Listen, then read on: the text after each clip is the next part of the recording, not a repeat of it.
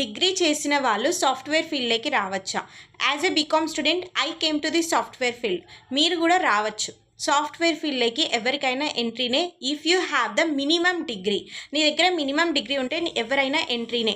BTech వాళ్ళతో మీరు competitive చేయొచ్చా అంటే ఖచ్చితంగా చేయొచ్చు. నేను ఒకటి చెప్తున్నాను. ఇప్పుడు ఫర్ ఎగ్జాంపుల్ 2 రెజ్యూమేస్ వచ్చాయి హెచ్ఆర్ దగ్గరికి. 2 రెజ్యూమేస్లో మనకి కావాల్సిన పర్సన్ ఎవరు అంటే ఫుల్ స్టాక్ డెవలపర్ కావాలి.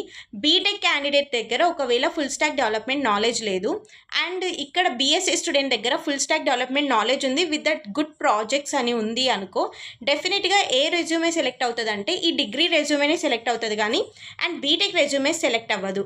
ఈవెందో ఇప్పుడున్న ప్రజెంట్ టెక్నాలజీస్ ప్రకారం ఎవరు స్కిల్సే చూస్తున్నారు, కానీ నీ ఎడ్యుకేషన్ గురించి ఎవరు పట్టించుకోవట్లేదు. నువ్వు డిగ్రీ చేసావా, లేకపోతే నువ్వు బీటెక్ చేసావా, ఎంటెక్ చేసావా అని కాదు. ఇక్కడ నువ్వు ఎంత స్కిల్స్ నేర్చుకున్నావు అనేది చాలా ఇంపార్టెంట్.